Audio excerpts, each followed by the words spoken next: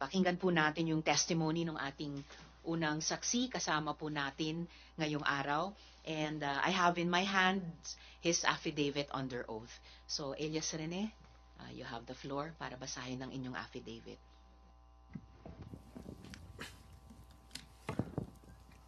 Ako po si Elias Rene.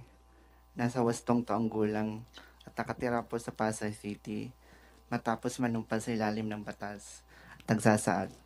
Na-convert ako sa Kingdom of Jesus Christ noong 2015 sa pamamagitan po ng aking pagiging miyembro ng Keepers Club International na isang youth organization ng simbahan na nagre-recruit sa mga paaralan.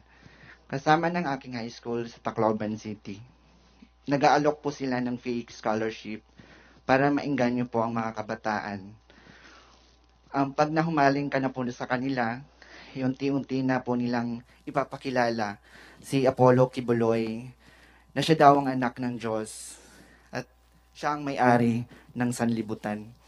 Pumasok ako sa full-time ministry dahil sa paniniwalang iyon at buong pusong inalay ko ang aking sarili sa kingdom. Sinabihan po kami ni Kibuloy na iwan niya namin ang aming pag-aaral, ang aming pamilya at aming mga pangarap sa buhay dahil kailangan namin mag-focus sa mga ipapagawa niya at para daw kami ay maligtas sa aming mga kasalanan. Pagkatapos po ng aking baptismo, pinang-area po agad ako at ang ibig sabihin po nito ay ang araw-araw na panlilimos sa mga kalsada, mga restaurant, plaza, mga malls at mga bahay at may mga tinatawag na goal. Ukuta kami araw-araw na dapat naming makuhang pera. 3,000 po ang aking goal everyday na kailangan ko po ito makamit. Nagpanggap po akong pipi at bingi. Kung hindi ko po ito maabot, ay papaluin po ako at di pa ako papakainin. Pag bare months naman po, o mula September to December, ay mas puspusan pong aming pamamalimos. 1.5 million pong aking goal na kailangan ko makuha at maibigay kay Kibuloy sa loob po ng 4 na buwan.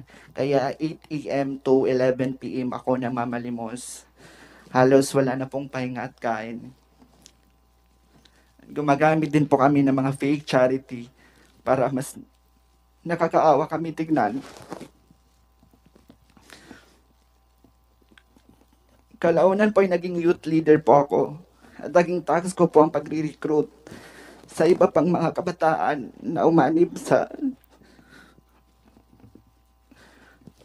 po sa simbahan at mamalimos din. Dito na po ako magsimulang magtanong at magduda. Nagigilty po ako na mag-recruit ng iba pang mga kabataan. Gusto ko na pong umuwi sa amin, pero sa isang banda po wala na po ako mapuntahan dahil iniwan ko na po ang pamilya ko. Nung nahalata na nila na po, ako po ay may agam-agam, pinadala po ako sa Central Headquarters sa Davao. Akala ko ay matutupad na ang pangako nila sa akin na pag-aralin sa Jose Maria College.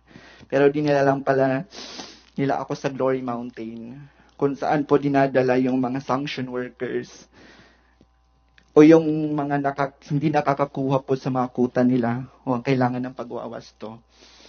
Ako po ay naging landscaper ni Kibuloy sa Glory Mountain at doon ko na po naranasan ang pananakit mismo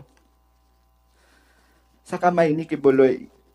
Pag hindi po siya nagagandahan sa aming landscape sa mansion niya, sinasampal niya po kami at pinahampas. Mga 4 beses ito sa isang linggo. Sa Glory Mountain po, pag dumadating po si Kibuloy, sakay ng chopper, may dala po siyang mga malalaking bag na laman po ay mga iba't ibang uri ng baril. At nilalatag po ito sa tent, nakatabi po ng mansion niya. Minsan po pumupunta din po doon si former President Rodrigo Duterte at former Mayor, Davao Mayor Sara Duterte. At pag umaalis na po sila doon sa Glory Mountain, dala na po nila yung mga bag, na siya pong bag na nilalagyan po ng mga baril.